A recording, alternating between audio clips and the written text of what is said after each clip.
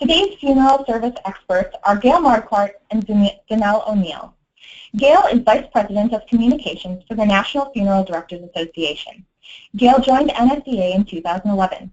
She has more than 25 years of experience in the communications field, including marketing, executive communications, M&A communications, shareholder communications, employee communications, and the annual report production, publications management, internet management, corporate writing, and public relations.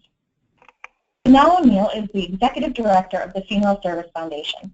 Danelle O'Neill joined the Funeral Service Foundation in July of 2015. Her 20 years of experience in mission-driven work solidly positions her for this role. Danelle has served nonprofits at all program, fundraising, executive, and leadership levels.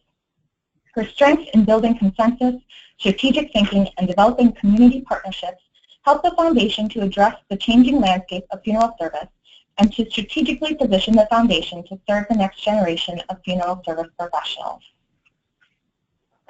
Gail and Danelle, I'll turn things over to you now. Thank you, Carrie. This is Gail Marquardt, and as Carrie mentioned, I'm joined by Danelle. And we are going to talk today about Have the Talk of a Lifetime, but we're going to talk specifically about one tool that you can use within your funeral home to get people having the talk of a lifetime in a really simple, easy-to-use format. And those are the Talk of a Lifetime conversation cards. So hopefully all of you are familiar with the program overall, developed by FAMIC to help families have the talk of a lifetime, and in the process not only learn about the history of their family and the special things that make their family members unique, but also that you can use that information to create a really special memorial and funeral for a loved one after they have died. We really found that during the research, we found that a lot of people don't know their loved ones as well as some of us might know our own loved ones. And the Have the Talk of a Lifetime campaign has really helped address that and get families talking. We also, though, noticed that we needed a really simple way to get this information in the hands of families. And we came up with this deck of cards. It's a series of 50 questions about life, and the questions range from everything from childhood memories to aspirations that people may have had during their life, accomplishments. They're very generic questions, but they're meant to be very open-ended to generate a lot of discussion among family members. I know I've used the deck of cards in my own family, and it's interesting how much I've learned about even my husband, who I've known for over 30 years. I learned things about him that I didn't know. And we've learned things about our parents that we didn't know. And we've even learned things about our children we didn't know. I have children ranging in age from 12 to 18, and I've learned things about them that I was unaware of. So it's a fascinating process to go through with your family, no matter what the age of the individuals participating. So this deck of cards is meant to be a super easy tool to get in the hands of your families and to start them having the talk with each other and engaging in that conversation. There are so many ways that you can use these cards and distribute them to your families. Think about a simple pre-arrangement conference. As you wrap things up during that arrangement conference, this is a perfect thank you gift to give to your family. For NFDA members, these decks are only $5 each, so it's a very reasonable price point for a gift to say thank you to your families for pre-planning. And this is really the ideal opportunity to get them in the hands of your families because they are not yet at the time of need. they now have the opportunity to take these decks of cards back to their families and talk to each other about their lives, so that when they do have a need and have to plan a funeral, they are better prepared to do so. It's also a wonderful opportunity if you have a hospice in your community. This is a great introductory gift. Visit your local hospice and engage them in a conversation, and leave a few decks at the hospice that they can use with the individuals who are currently receiving care there.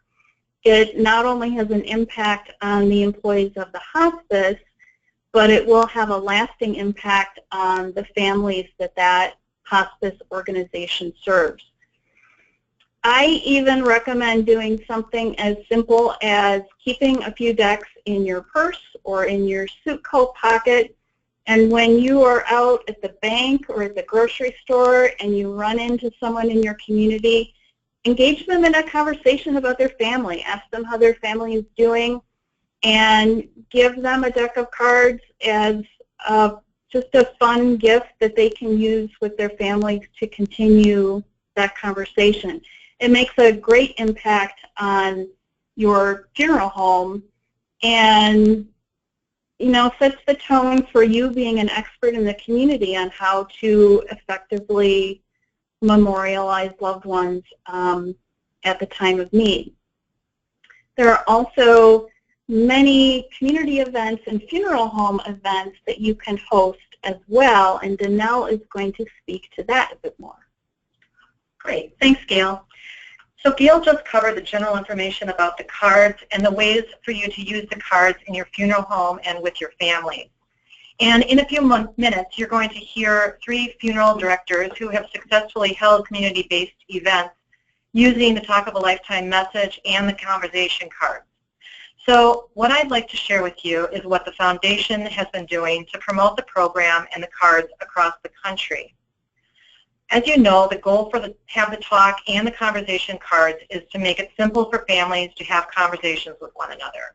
We want them to share their life stories and talk about what matters most. So last year, the Foundation curated a series of community-based events in October as part of National Family History Month. And these events were designed to promote the Talk of a Lifetime message and also to test the conversation cards with consumers in a unique, engaging, and entertaining way. The message was clear. We wanted to get the public engaged in talking about their lives and things that matter most. So we worked with 15 funeral homes across the country, and we coordinated a series of events that were designed to promote the importance of sharing and capturing these family stories. So we had events like lunch and learn events with hospice and senior living professionals. We had events celebrating and honoring the stories of veterans, talks, presentations by genealogists and family historians. We had art events, storytelling events, author visits. We even had a cooking demonstration. And I think one of the most unique ones was that we had a school down in Albuquerque who used the cards for a month with their students, and they interviewed elders and then did a written project and creating a legacy project for their loved one, which I think was a very interesting way to use the cards. So the response to the cards was extremely positive. We had participants that were actively engaged in discussions around the cards. They also came up with their own multiple uses for the cards, including holiday gifts or using them as a tool to meet with families in the hospice, gifts to seniors moving into a new facility, multi-generational events and activities, even car rides, vacations, and camping trips. So when people were engaged with the cards, they were starting to think of ways that they were going to use the cards once they left the event. Some of the messages that resonated with the public during our October initiative really came out of conversations that we had when we did radio interviews across the country. And some of the messages that we found really useful were to really drive home the fact that people just don't have basic conversations with one another around the dinner table anymore.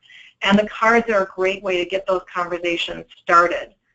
So we talked about the importance of knowing that family history and what it means to people when they know, their past and their children know who they are and who their grandparents are. And really everyone that has reacted with the cards has had the same thing. They've walked away that you heard Gail speak of, which is, I just didn't know that about my family member, even people that you know really well. So again, the cards make it really easy for you to get those conversations started in your community. So there are many ways to incorporate the conversation cards into existing community events you may be doing, or even establish some new events focused on the cards and Talk of a Lifetime. Right now, I'm going to turn the conversation over to 3 funeral directors who hosted events in their communities during our funeral National Family History Month. So the first presenter is Justin Baxley, Senior Vice President of Business Development for Foundation Partners Group. Justin and his team held an event for end-of-life professionals with a presentation by author Allison Gilbert. So thank you for joining us, Justin. Thank you, Danelle. I appreciate the opportunity to be with you. And I appreciate to share a little bit about the event that we had at our facility, Hires Baxley Funeral Services, in our location down in the Villages, Florida. And as Danelle mentioned, we planned a Meet the Author event with Allison Gilbert. And as Danelle mentioned, she authored the book Past and Present, Keeping Memories of Loved Ones Alive. And definitely would recommend that you check out that book as well. It's a great book and gives some very practical ideas on how you can actually help families remember their loved ones in a special way. Our event actually took place on October 6th, and we had planned for 2 sessions, a morning and afternoon session. Now, you may remember we had a little bit of a challenge around that time of year called Hurricane Matthew. But we still were able to go ahead and conduct our event, and really we felt like it was very beneficial to us. Now, we, as Danelle mentioned, we focused our... Oh.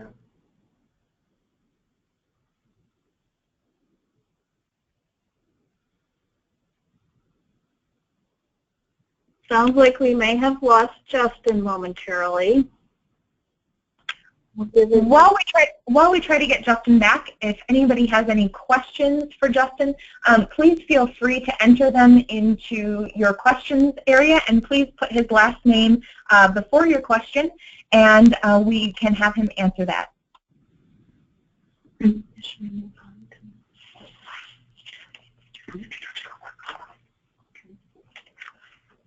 Kiri, should we move on to our next presenter in the meantime, or do you want to wait for a minute?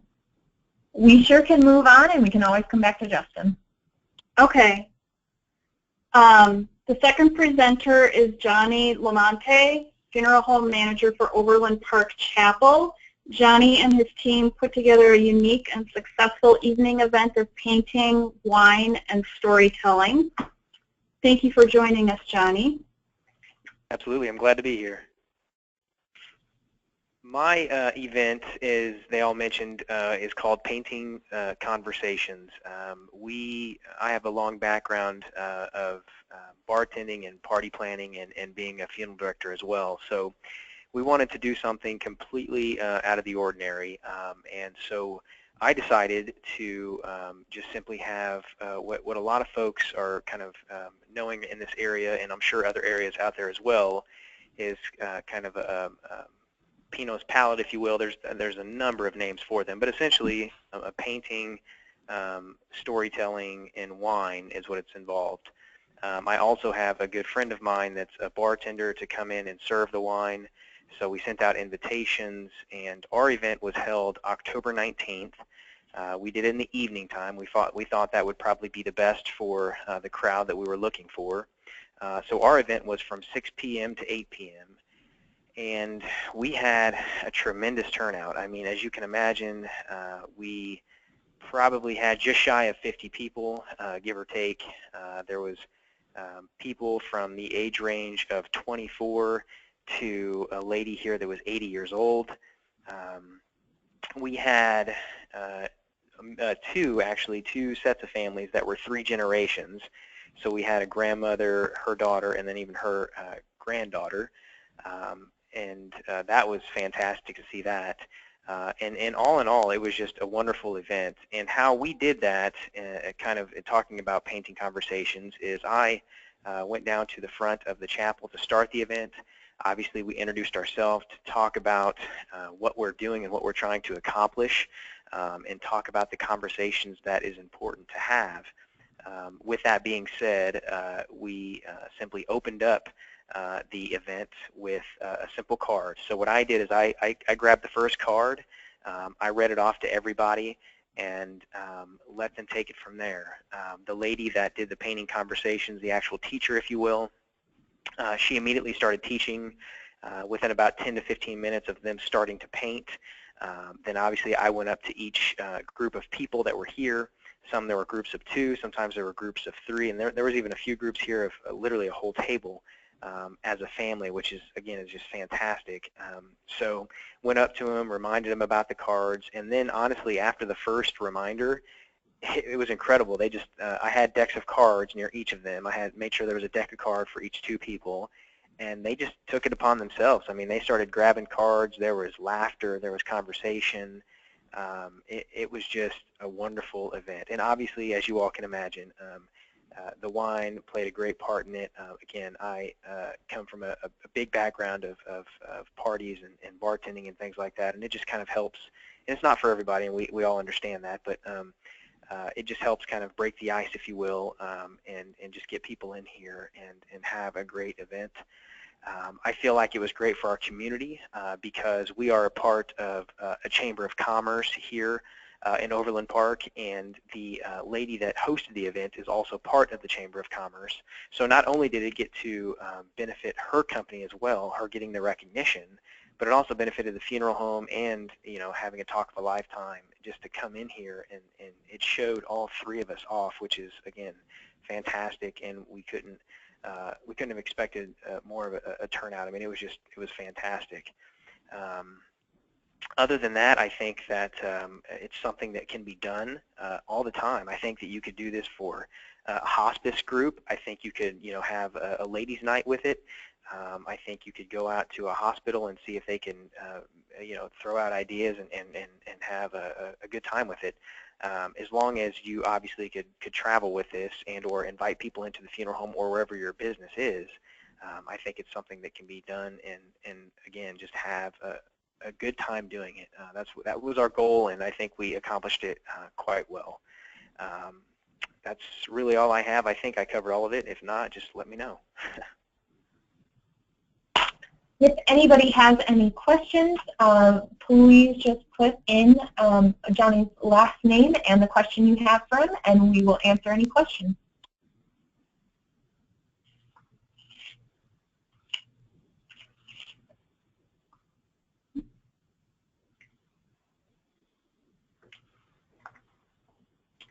This is Gail. While we're seeing if there are any questions, I just want to quick interject something that Johnny reminded me of. He's right in saying that these cards generate a lot of enthusiasm in the room where they're being used. One really important thing to remember is that the cards are about life. They're not about death, which I think really makes them less intimidating to people who may say, well, I don't want to talk about death. They're not. They're talking about their lives and the lives of their loved one in a really fun and engaging way. And I think that's a really important aspect of these cards. And makes people a lot more willing to participate, because at no point are there any questions about you know, what do you want at your funeral? What the family is doing is learning about their loved one and then using that information at the time of need to create that beautiful memorial. And it's really then that the funeral director steps up to take that information and create something that's really beautiful and memorable. So that's the role that you play in this process. So I think that's important to remember. And what I failed to mention is, I mean, we even had folks that were actually the teachers of the events, and even the bartenders. They came up to me after the event, asking if they could take a deck of card homes. I mean, it was just they loved the idea. They were having a good time. They were obviously there was alcohol involved, so they said this would be a great drinking game. But at the end of the day, I mean, whether they're drinking or not, the conversation's being had, and that's the important part. So there was, I mean, I sent so many decks of cards home. It was fantastic. I mean, it was a wonderful thing. That is great to hear, and too, that they can use them in any way they would like, you know, whether it is some sort of game or whether it's just sitting around the table, pulling out a question and asking it of the group. The cards really have a lot of flexibility. They're so simple to use. You know, there are no instructions needed, which is really nice. All right, Gail and Janelle, we do have Justin back. Would we like to snap back to that? Yes. All right. Justin, are you there? Yes, I'm here. Thank you. I hate to tell you how long I presented with no one there, but I'm glad to be back and be able to continue sharing with you. And I think where I dropped off was just sharing that we had a Meet the Author event with Allison Gilbert, author of Past and Present, Keeping Memories of Loved Ones Alive. And our event focused primarily, as Danelle had shared, on end-of-life professionals. And our event was fairly simple in construct. We had dessert and coffee type refreshments available as folks came in for the event and were seated in our multi-purpose space that we have actually in the funeral home. And this also gave us an opportunity to introduce to some of these end-of-life professionals some of the audio-visual capability and things that we do have in the funeral home, which was nice. The event itself was led off by our location leader, and she went through just sort of an overview of the event, of course, but she had the opportunity also to just introduce the idea of Talk of a Lifetime and that overall overarching message, as well as being able to share one of the great video resources that's available as part of the Talk of a Lifetime campaign. That was followed by the talk from our guest author. And then following that up, we presented each attendee with the gift of one of Allison Gilbert's books, as well as a deck of the conversation cards, which allowed us to sort of circle the conversation back around to Talk of a Lifetime and that idea that it's so important, and we have a common thread with end-of-life care, that we're both focused on the story of a life well lived, whether that's reflecting that story and celebrating that story after death, or whether that's talking about that story and really relishing and sharing those memories prior to a death occurring. Now, I will tell you, I was certainly questioning how are these folks going to interact with the cards. These are folks that we certainly are constantly trying to build strong relationships with in the community, in long-term care facilities, in hospice facilities, assisted living facilities, and so very important that they have a positive interaction. And so after giving the cards out, we had a brief question and answer time before we concluded our event. And what we found is that they immediately, sort of on their own, very organically, began opening up the deck of cards and kind of looking through the questions and interacting with each other, asking a few of the questions with each other, even really without our prompting. And what I really wanted to share that was a very unique follow-up, at least it was unique to us, we weren't really expecting it, follow-up to the event, was that we actually very quickly, within a day or so, one of the long-term care facilities that was represented in our event called and asked, would we come out to their facility and participate with their activities director in doing a Talk of a Lifetime conversation card event with their ambulatory residents. And so we were able to do that and have actually been able to do that other times since then. And that really kind of awakened me to the idea that not only is the event itself powerful, and you know, this is a great theme and a great item with the cards to be able to really interact with your community, but so often when we try to build relationships with those in hospice and long-term care, end-of-life professionals, you know, we don't always have a message that resonates, and so the Talk of a Lifetime conversation cards are very non-threatening.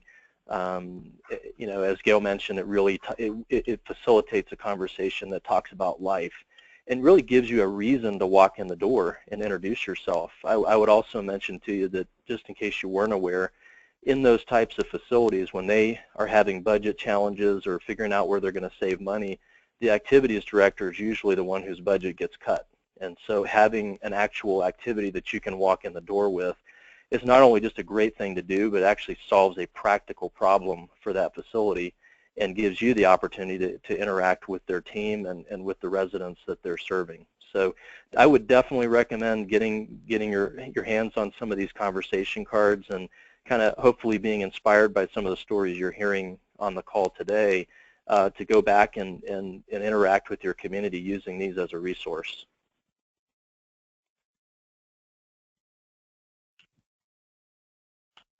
All right, we do have a question here. Did you use the cards at the nursing homes with the individual's family present or just the residents? In this case, it was primarily residents, although they did have a few family members that had come and were there with them. That would certainly be something I think going forward you could actively promote if you were, that first event for us was sort of an outcropping of our Meet the Author event. So we didn't really have a planned format, ready to go necessarily, but that's a great suggestion, because if you went into that facility with this type of event in mind, you could certainly be purposeful right from the start of prompting the facility to encourage the family members to be there. I will say that where we are in this particular location is very much a retirement community, so many of the families don't live local, but that is definitely a great idea.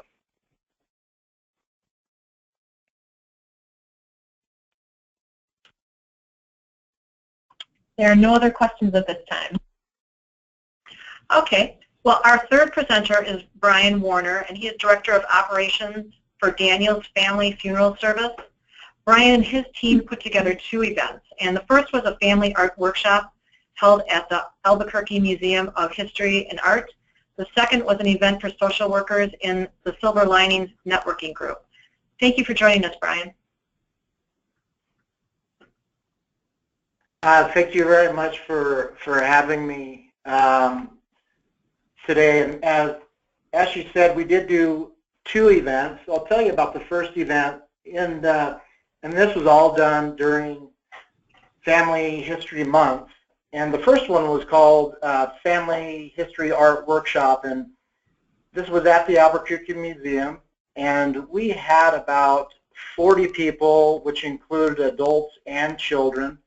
We did have refreshments for everyone there, so we had coffee and tea and cookies and different things for them to eat as well.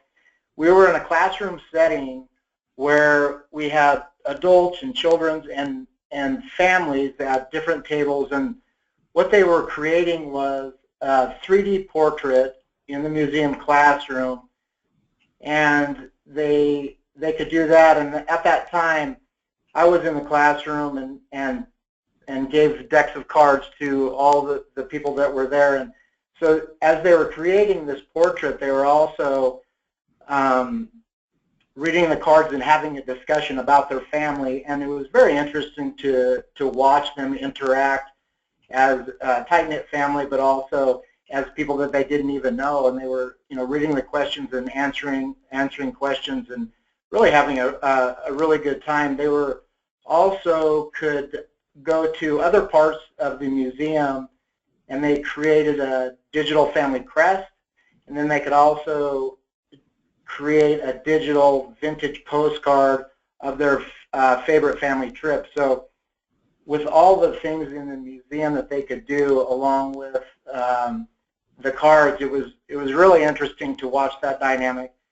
There were people that were coming. We were out in the foyer, and there was people that were in the museum that were not necessarily part of the event, but became part of the event because they were asking questions about what we were doing. And I thought one of the interesting families that I talked to that I ended up giving 5 or 6 decks of cards is they were from Minnesota. They were traveling. They were visitors to Albuquerque, and they always held a family reunion around the time of Christmas, and they thought this would be an excellent exercise for them to do during the family reunion, and they'd have about 100 people. So I gave them 5 decks of cards that they were going to utilize during their family reunion to get the questions started and get the conversation started about family members. And what I noticed was during the families talking, after a while, they don't even need the cards. You know, they really get stuff started, and then the conversation moves on to, they just create their own questions and go deeper and deeper into their family history. So that was a very good event. And then the next event that we had, again, during Family History Month, it was held on October 12th, and it was an allotted time from 9:30 to 11:30. It was held at our funeral home, and we have a very nice reception center that it was held in. And we linked up with a group called Silver Linings. And the title of our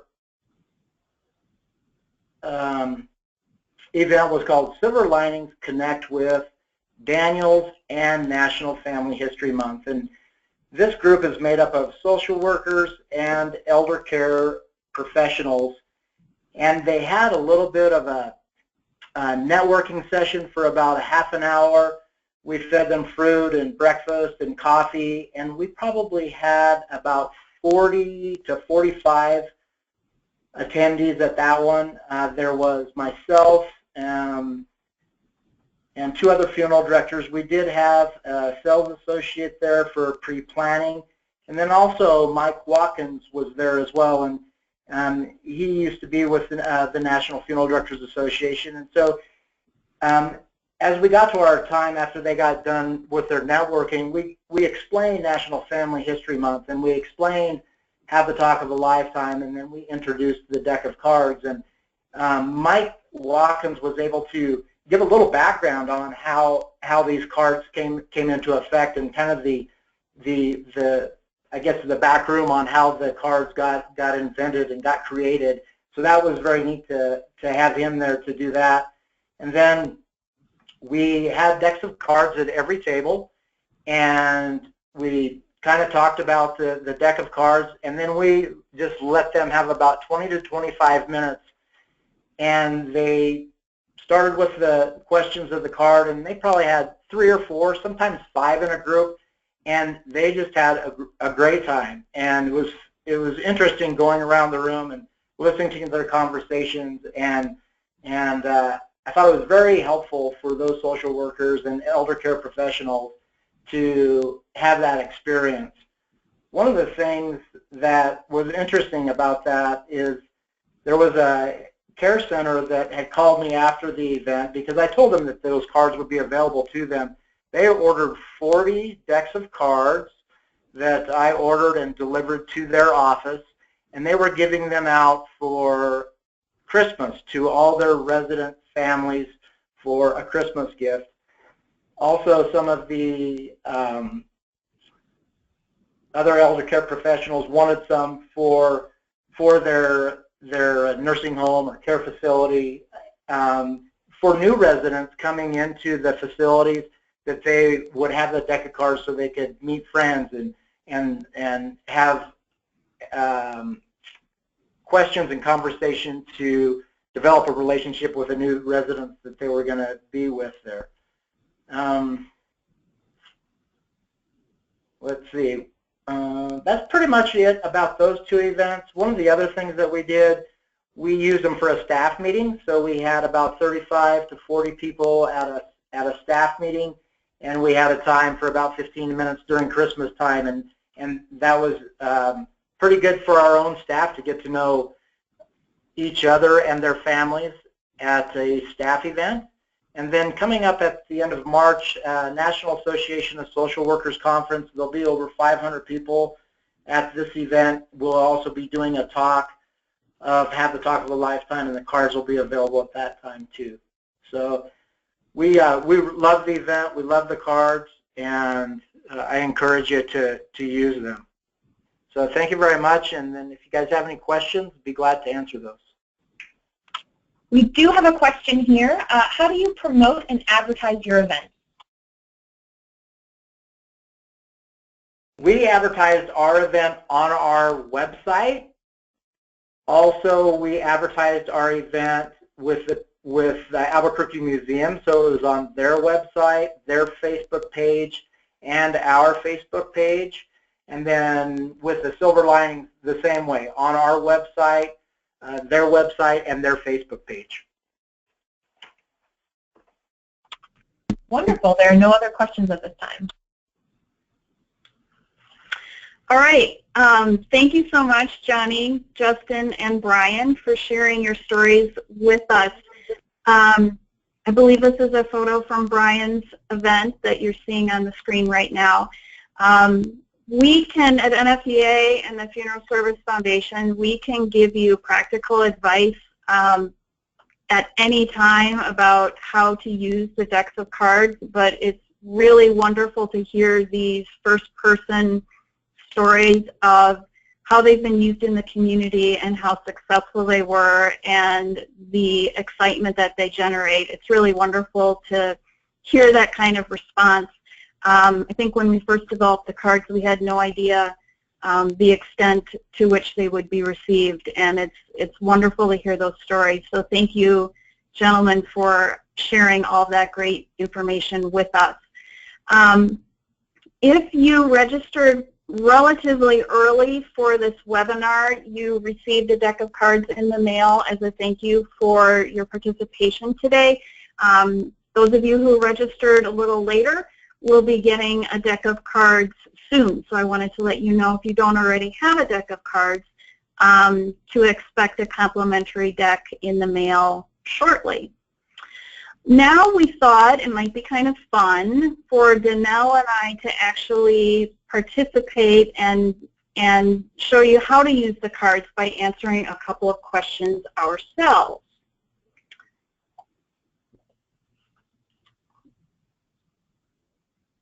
So, Danelle, I have a question for you. Do you have a favorite story about a pet? I do. I have lots of stories about pets, but I'll do only one. So when I was little, I had a Boston Terrier named Buttons. And Buttons, I grew up with Buttons, and Buttons was a dog who never died. Buttons had many, many lifetimes and many, many accidents. So Buttons was driven over by a truck. He fell down a cliff. He was attacked by another dog, and he just kept bouncing back. And one of my most vivid memories of a childhood vacation was around Buttons.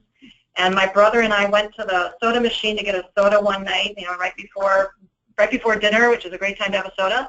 And we had the dog, and the dog broke loose and went after a raccoon, fell down a cliff chasing the raccoon, fell in the water. My brother and I chased him down, and the raccoon was trying to drown Buttons by his back legs while my brother was trying to pull Buttons out of the water with his front legs. Needless to say, the dog was badly damaged, and so we had to carry him back to our hotel room, bloodied and torn. And my father very lovingly ran to the emergency vet with the dog and had him all stitched up and brought him back to the hotel room. And needless to say, that vacation ended that evening and we drove back home. But that is my story of Buttons.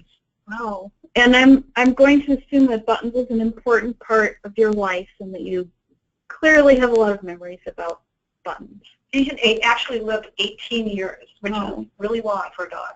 So. Wow. So I'm going to ask you a question now. Okay. So tell me about a time when you were proud of an accomplishment. Well, ever since I was quite young, when I was probably about 7 or 8, my dad put a camera in my hand, and ever since then, in the decades following, I won't tell you how many, my passion has been photography. And I recently renewed my passion a few years ago and started showing my work in museums and art galleries. And recently I have gotten into some shows that I've been quite proud of at Wisconsin area museums, where I've had an opportunity to share my work with not only my close family members, but with the community as well. And that's probably one of my proudest accomplishments, because it was all me. You know, I did it all on my own. There wasn't a team of people helping me, and it's a pretty great feeling to be able to share my work with other people. Oh, cool. So if I were ever planning your funeral, I would definitely have your artwork on display along with the other photos. Very cool. Right. And if I were planning your funeral, you know, there would be photos of buttons, that's for sure. So, kind of a silly exercise to do on the webinar, I suppose, but it gives you just a brief example of what you can learn about someone. Up until this very moment, I did not know about buttons. And what a fun story for someone to share. And I think that's what we've found when we've used the cards with our families and friends, and clearly what our presenters have experienced as well. And maybe you have used the cards as well and seen that happen. I used them a couple of months ago with my husband's family, and it was interesting to experience how each person reacted. My father-in-law at first wasn't really getting into it, and he would say, "Oh, I don't really have an answer to that question." And then a short time later, he would say, "You know what? I do have an answer to that question." And we learned things about him, who is predominantly a pretty quiet and reserved person. We learned some really interesting things about him. And interestingly enough, it was my 12-year-old son who kept saying, "No, let's ask more questions." Also generally a pretty reserved person, but he was the one who wanted to keep the conversation going. So I think important to keep an open mind about who might want to use the cards and what those interactions might lead to.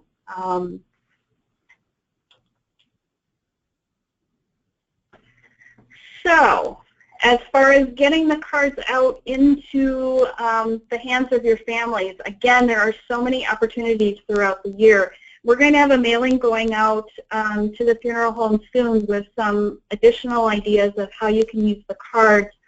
But think a little bit about even the mainstream holidays that we have throughout the year. I mentioned Mother's Day and Father's Day before.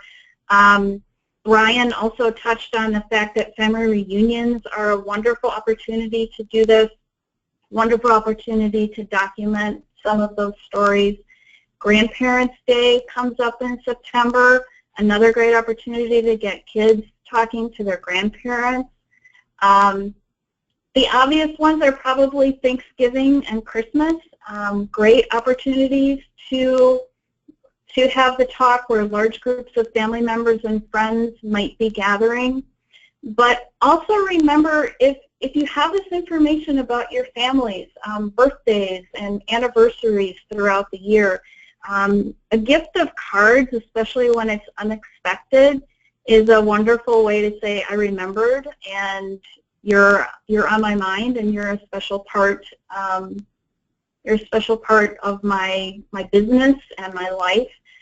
So keep in mind all those little ways that you can make a difference in the lives of your families by giving them this simple deck of cards. And Danelle has some very specific days and months that you'll want to keep in mind as well. Great. So one of the things, too, that I just wanted to mention is that when Gail and I did a presentation at the last convention, we spoke to a group of funeral directors, and some of them went home immediately and started thinking of ways they could incorporate them. And we had a deck which just had a hole in one of the corners with a ring through it, and so really easy to look at and flip through. And one of the funeral homes put them just sitting out on their table in the arrangement room, and a family came in. And while they were having a discussion, the family picked up the the deck and just started to go through them and started having a conversation right there in the arrangement room. So he emailed us very quickly to say, wow, this is just a great tool, and he was so happy because it just opened up a brand new conversation in the arrangement room for him that he had not expected. And to very quickly piggyback on that, because that made me think of another funeral home that is actually taking the decks apart and putting loose cards out at actual funerals. You know, may not be appropriate in every instance, but think of the lines of people waiting to pay their respects, and it's a wonderful opportunity to get people talking right at a funeral. So you may want to keep that in mind as well if it would be appropriate. So we've covered quite a bit of information today on how to incorporate the cards in your business. And now I'd like to suggest a few options for you to consider as you think about how you're going to work with the cards in your own community. The first is National Healthcare Decisions Day, which actually is a week-long event this year from April 16th to the 22nd. There are over 400 organizations throughout the country working on events to help people understand the value of advanced healthcare planning. So National Healthcare Decisions Day is put on by the Conversation Project, which works in collaboration with the Institute for Healthcare Improvement. And I've been sitting on the national planning calls, and there have been hospice and healthcare organizations throughout the country who are actively looking for community partners to help them host events, to provide resources, and to get involved. And the cards are just, when I listen to what they're looking for ways to start conversations with families, have events that are fun and interactive, and get people engaged so that then they can move into the conversation of advanced planning. So obviously the conversation cards are a great tool, great fit for this. If anyone is interested in becoming involved or finding out if there's an event going on in their community, anyone is welcome to join the group. I encourage you to check out their website, www.nhdb.org, and for more information. And you can even look on their site if there is a city or a town that you specifically would like to work with. They'll have information there, and they may even have who's coordinating events listed. It's kind of a running list right now. The second opportunity is this October's National Family History Month. Talked about National Family History Month a little bit. That was established by Congress in 2001, and the whole focus is to bring families closer together and discover their family history. So this year, NFDA is taking over the coordination of the event, and they'll be helping people promote events throughout the country. So for more information on how to sign up to be a site and to host an event in your community, you can contact Heather. Her contact information is there on the slide. And she's going to be looking for funeral homes who want to be part of this month-long celebration.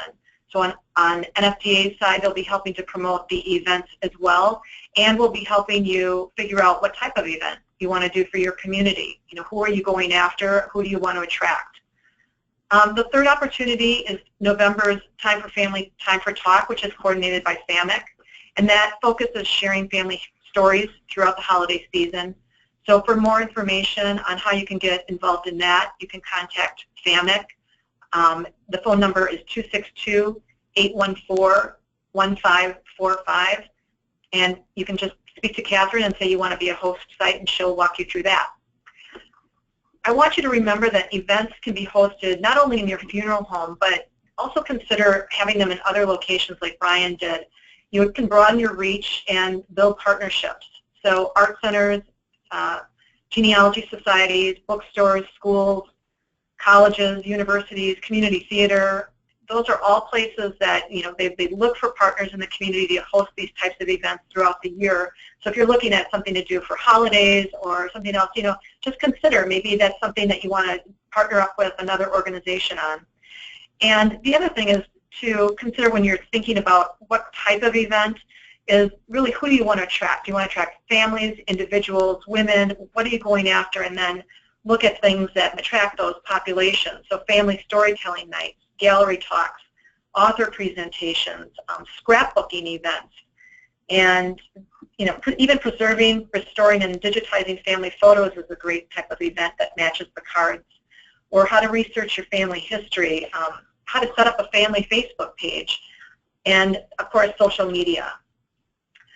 And then when you're handing the cards out at events, make sure that you do give the families and individuals you're giving them to some reminders of how they can use the cards in casual gatherings, family dinners, taking them to restaurants, holiday gatherings, family reunions have been mentioned, vacations, and also when they're visiting with family. One of the things that I've heard and I've also done is that sometimes when you're going and you're visiting, your elderly aunt in a nursing home, think about what are we going to talk about? What are the conversations? And I have used the cards in doing some visits at local nursing homes, and it's been really interesting because as I'm meeting with one individual, other individuals have joined us and started their own conversation, and it's been fascinating to watch people engage and learn about each other, in that type of setting. So very easy to get the conversation started, with the cards. And like Gail mentioned, I keep them in my purse and I pull them out in all sorts of different ways. And then the other thing I wanted to mention is that we have also been going out and going to state associations and mortuary schools and getting them to participate with the cards. And I will say that the mortuary students have had some really interesting ways to use the card, suggestions and interactions after using the cards when they are working in their funeral home. So lots of different ways to hand out the cards and use them, and I think it's really important for the staff to engage as well. So Brian, I love the idea of doing it at a staff level. All right, so you've heard a lot of ideas today of how you might be able to use the cards. How might you be able to promote them? Well, as you can imagine, the opportunities for promotion are quite endless. You can put something on your website, talk a little bit about the cards, offer perhaps a free deck to people who come into your funeral home to do a tour or an introduction. You can post also on social media that you have the decks available. You can even pull out a card and take a photo of it and feature it on social media and invite your followers to answer the question and get some discussion even going on social media. Other more traditional things that you can do would be print or electronic ads, or even radio ads if you're doing those in your community. Really, the sky's the limit as far as how you might want to promote this in your community. And I do want to remind everyone that if you need assistance with that, we are happy to help you. We're happy to help brainstorm ideas. We're happy to help write radio copy. Anything that you might need to help promote these in your community, please use us as a resource to do that.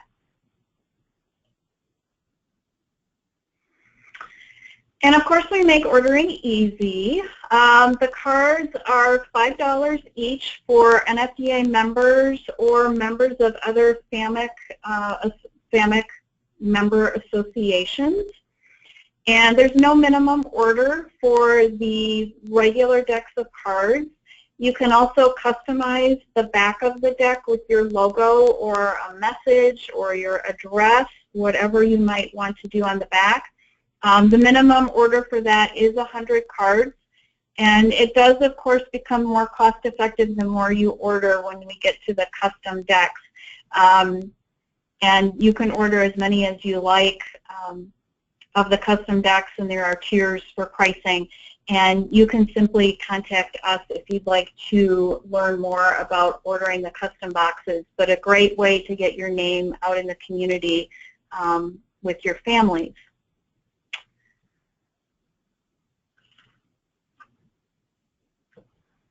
And that's all we have at this time. Curie? Yeah, great. At this time, Gail and Janelle are ready to answer any questions you may have, so please key in your questions and click send. If you do think of a question after we've completed today's webinar, please send it to us at nfda@nfda.org, and we can get answers to you from our experts today. So I do have a question here. Will this webinar be available to rewatch again? Yes, this webinar is recorded and will be available in the very near future. So it will be on the members only site, so definitely, that is for sure. And so far, you both, Gail and Danelle, have answered many questions that were out there. So please, if there are any other questions, feel free to key them in at this time. And yes, you will get a notification when this webinar is posted for sure. What would be a suggestion for follow-up meetings for all the people that have been in attendance to these meetings?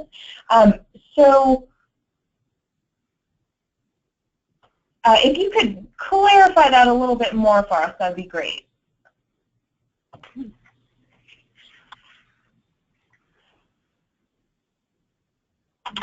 So what are some next steps, Gail and Danelle, that you would take from here on out?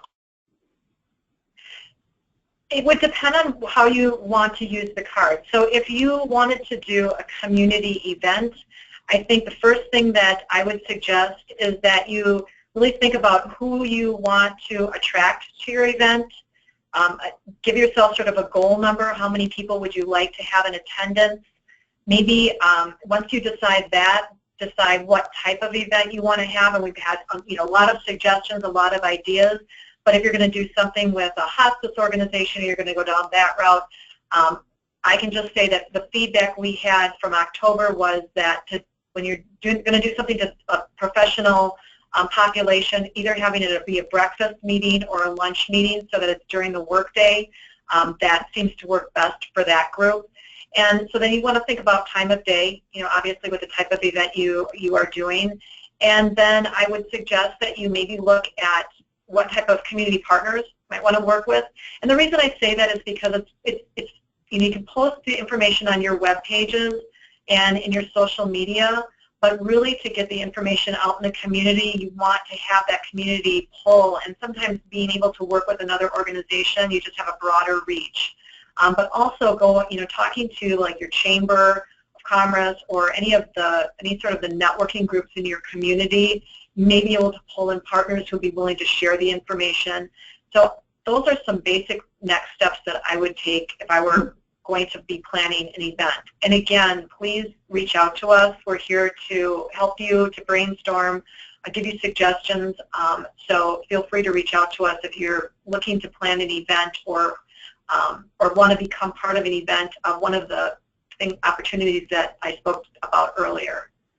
And even initially, if you just want to test the waters, order a few decks and try them out even with your own family and with the families you serve, and see what the reaction is like and gauge what people might be interested in doing if you want to take it a step further in planning one of those community events. All of that is wonderful information. We did get kind of a clarification of what would be some ways you can stay in connection with these families that have taken the cards and keep connected to these families. I'm also going to let Johnny and Justin in on this if anyone wants to answer.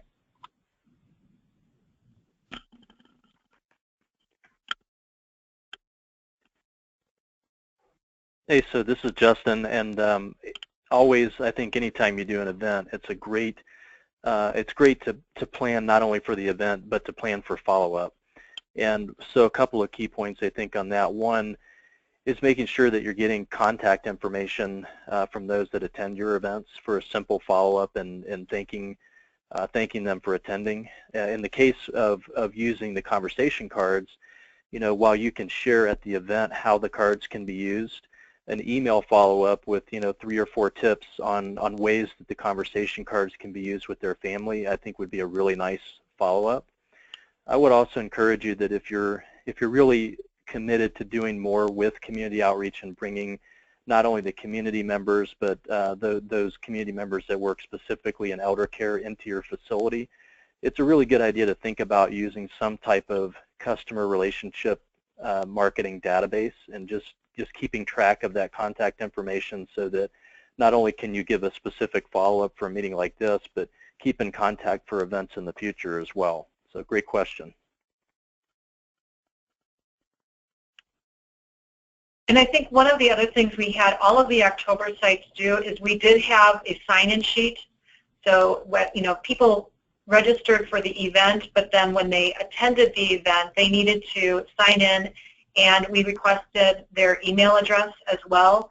So make sure that if you do host something like that, that you do capture that information so you can do follow-up. Great. There are no other questions at this time. So we want to give a big thank you to Gail, Danelle, Justin, Johnny, and Brian for being with us today and for sharing the Have the Talk of a Lifetime cards. And thank you to our audience for joining us today as well.